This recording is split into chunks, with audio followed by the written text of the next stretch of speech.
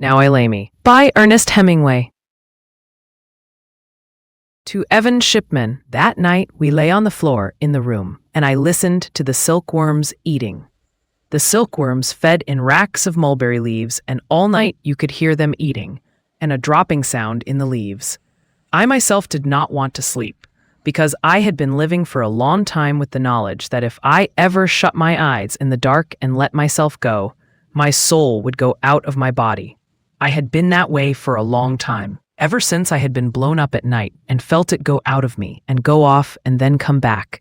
I tried never to think about it, but it had started to go since, in the nights, just at the moment of going off to sleep, and I could only stop it by a very great effort. So while now I am fairly sure that it would not really have gone out, yet then, that summer, I was unwilling to make the experiment. I had different ways of occupying myself while I lay awake.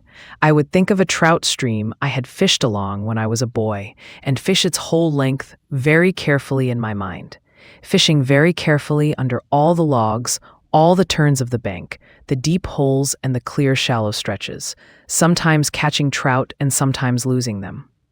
I would stop fishing at noon to eat my lunch, sometimes on a log over the stream, sometimes on a high bank under a tree, and I always ate my lunch very slowly and watched the stream below me while I ate. Often I ran out of bait because I would take only 10 worms with me in a tobacco tin when I started. When I had used them all, I had to find more worms, and sometimes it was very difficult digging in the bank of the stream, where the cedar trees kept out the sun, and there was no grass, but only the bare, moist earth, and often I could find no worms. Always, though, I found some kind of bait, but one time in the swamp, I could find no bait at all, and had to cut up one of the trout I had caught and use him for bait. Sometimes I found insects in the swamp meadows, in the grass or under ferns, and used them. There were beetles and insects with legs like grass stems, and grubs in old rotten logs, white grubs with brown pinching heads that would not stay on the hook and emptied into nothing in the cold water, and wood ticks under logs, where sometimes I found angleworms that slipped into the ground as soon as the log was raised. Once I used a salamander from under an old log. The salamander was very small and neat and agile and a lovely color.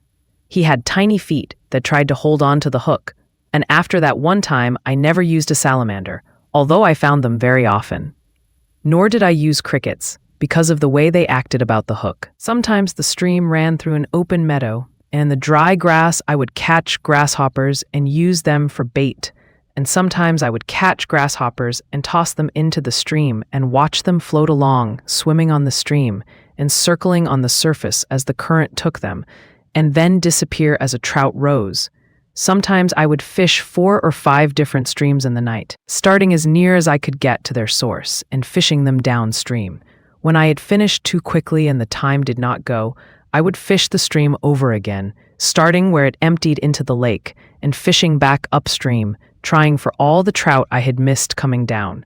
Some nights, too, I made up streams, and some of them were very exciting, and it was like being awake and dreaming. Some of those streams I still remember and think that I have fished in them, and they are confused with streams I really know. I gave them all names and went to them on the train, and sometimes walked for miles to get to them. But some nights I could not fish, and on those nights I was cold awake and said my prayers over and over and tried to pray for all the people I had ever known. That took up a great amount of time, for if you try to remember all the people you have ever known, going back to the earliest thing you remember, which was, with me, the attic of the house where I was born, and my mother and father's wedding cake in a tin box hanging from one of the rafters, and, in the attic, jars of snakes and other specimens that my father had collected as a boy and preserved in alcohol, the alcohol sunken in the jars, so the backs of some of the snakes and specimens were exposed and had turned white. If you thought back that far, you remembered a great many people. If you prayed for all of them, saying a Hail Mary and an Our Father for each one, it took a long time, and finally it would be light, and then you could go to sleep, if you were in a place where you could sleep in the daylight. On those nights I tried to remember everything that had ever happened to me, starting with just before I went to the war, and remembering back from one thing to another. I found I could only remember back to that attic in my grandfather's house. Then I would start there and remember this way again, until I reached the war.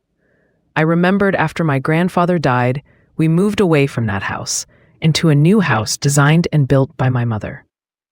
Many things that were not to be moved were burned in the backyard, and I remember those jars from the attic being thrown in the fire, and how they popped in the heat and the fire flamed up from the alcohol.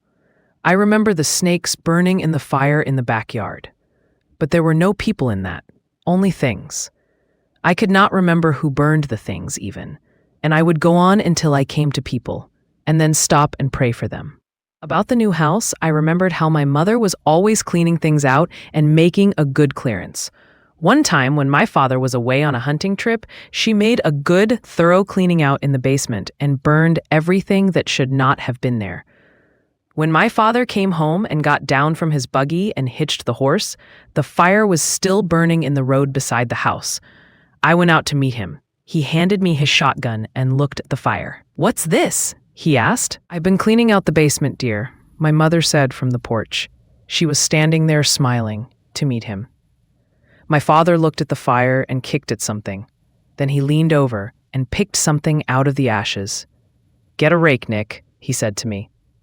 I went to the basement and brought a rake, and my father raked very carefully in the ashes. He raked out stone axes and stone skinning knives and tools for making arrowheads and pieces of pottery and many arrowheads. They had all been blackened and chipped by the fire. My father raked them all out very carefully and spread them on the grass by the road. His shotgun in its leather case and his game bags were on the grass, where he had left them when he stepped down from the buggy. "Take the gun and the bags in the house, Nick, and bring me a paper," he said. My mother had gone inside the house. I took the shotgun, which was heavy to carry and banged against my legs, and the 2 game bags, and started toward the house. "Take them one at a time," my father said. "Don't try and carry too much at once." I put down the game bags and took in the shotgun and brought out a newspaper from the pile in my father's office. My father spread all the blackened, chipped stone implements on the paper and then wrapped them up. "The best arrowheads went all to pieces," he said. He walked into the house with the paper package, and I stayed outside on the grass with the 2 game bags. After a while, I took them in. In remembering that, there were only 2 people, so I would pray for them both. Some nights, though, I could not remember my prayers even. I could only get as far as "on earth as it is in heaven," and then have to start all over and be absolutely unable to get past that. Then I would have to recognize that I could not remember and give up saying my prayers that night and try something else. So on some nights, I would try to remember all the animals in the world by name, and then the birds, and then fishes, and then countries and cities, and then kinds of food, and the names of all the streets I could remember in Chicago. And when I could not remember anything at all anymore, I would just listen. And I do not remember a night on which you could not hear things. If I could have a light, I was not afraid to sleep, because I knew my soul would only go out of me if it were dark. So, of course, many nights I was where I could have a light, and then I slept, because I was nearly always tired and often very sleepy. And I am sure many times, too, that I slept without knowing it. But I never slept knowing it, and on this night, I listened to the silkworms. You can hear silkworms eating very clearly in the night, and I lay with my eyes open and listened to them. There was only one other person in the room, and he was awake too. I listened to him being awake for a long time. He could not lie as quietly as I could, because, perhaps, he had not had as much practice being awake. We were lying on blankets spread over straw, and when he moved, the straw was noisy, but the silkworms were not frightened by any noise we made and ate on steadily. There were the noises of night 7 kilometers behind the lines outside, but they were different from the small noises inside the ring in the dark. The other man in the room tried lying quietly. Then he moved again. I moved too, so he would know I was awake. He had lived 10 years in Chicago. They had taken him for a soldier in 1914, when he had come back to visit his family, and they had given him to me for an orderly because he spoke English. I heard him listening, so I moved again in the blankets. "Can't you sleep, Senior Tenant?" he asked. "No, I can't sleep either." "What's the matter?" "I don't know. I can't sleep." "You feel all right?" Sure, I feel good. I just can't sleep. You want to talk a while? I asked. Sure. What can you talk about in this damn place? This place is pretty good, I said. Sure, he said. It's all right. Tell me about out in Chicago, I said. Oh, he said. I told you all that once. Tell me about how you got married. I told you that. Was the letter you got Monday from her? Sure, she writes me all the time. She's making good money with the place. You'll have a nice place when you go back. Sure, she runs it fine. She's making a lot of money. Don't you think we'll wake them up, talking? I asked. No, they can't hear.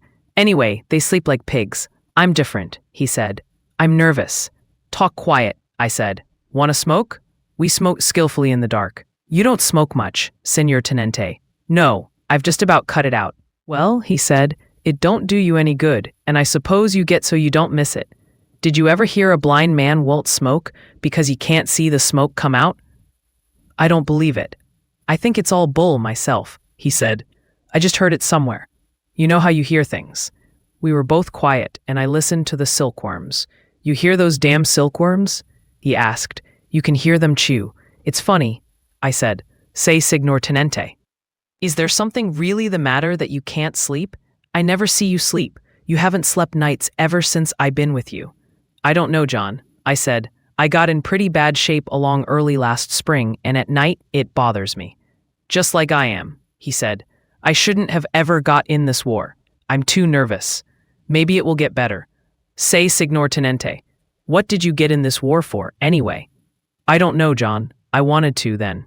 Wanted to, he said. That's a hell of a reason. We oughtn't to talk out loud, I said. They sleep just like pigs, he said.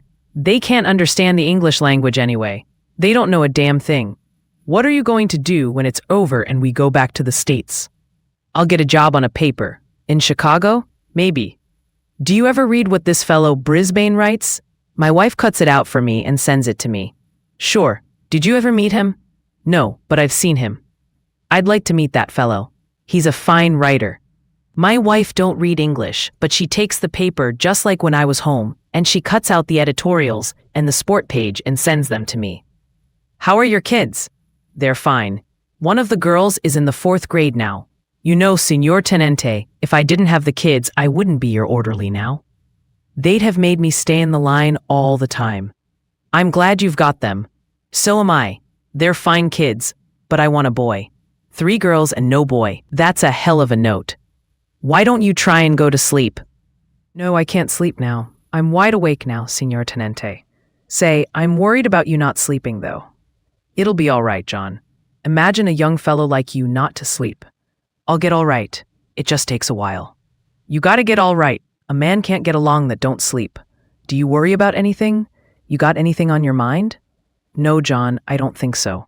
You ought to get married, Señor Tenente. Then you wouldn't worry. I don't know. You ought to get married. Why don't you pick out some nice Italian girl with plenty of money? You could get anyone you want. You're young and you got good decorations and you look nice. You've been wounded a couple of times. I can't talk the language well enough. You talk it fine. To hell with talking the language. You don't have to talk to them. Marry them. I'll think about it. You know some girls, don't you? Sure. Well, you marry the one with the most money, over here. The way they're brought up, they'll all make you a good wife. I'll think about it. Don't think about it, Signor Tenente. Do it. All right. A man ought to be married. You'll never regret it. Every man ought to be married. All right, I said. Let's try and sleep a while. All right, Signor Tenente. I'll try it again. But you remember what I said. I'll remember it, I said. Now let's sleep a while, John. All right, he said. I hope you sleep, Signor Tenente. I heard him roll in his blankets on the straw, and then he was very quiet, and I listened to him breathing regularly. Then he started to snore. I listened to him snore for a long time, and then I stopped listening to him snore, and listened to the silkworms eating. They ate steadily, making a dropping in the leaves. I had a new thing to think about, and I lay in the dark with my eyes open and thought of all the girls I had ever known and what kind of wives they would make. It was a very interesting thing to think about, and for a while it killed off trout fishing and interfered with my prayers. Finally, though, I went back to trout fishing because I found that I could remember all the streams and there was always something new about them, while the girls, after I had thought about them a few times, blurred and I could not call them into my mind. And finally they all blurred and all became rather the same.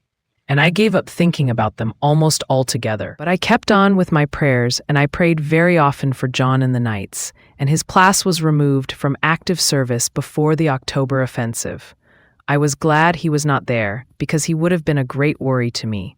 He came to the hospital in Milan to see me several months after, and was very disappointed that I had not yet married, and I know he would feel very badly if he knew that, so far, I have never married. He was going back to America, and he was very certain about marriage and knew it would fix up everything.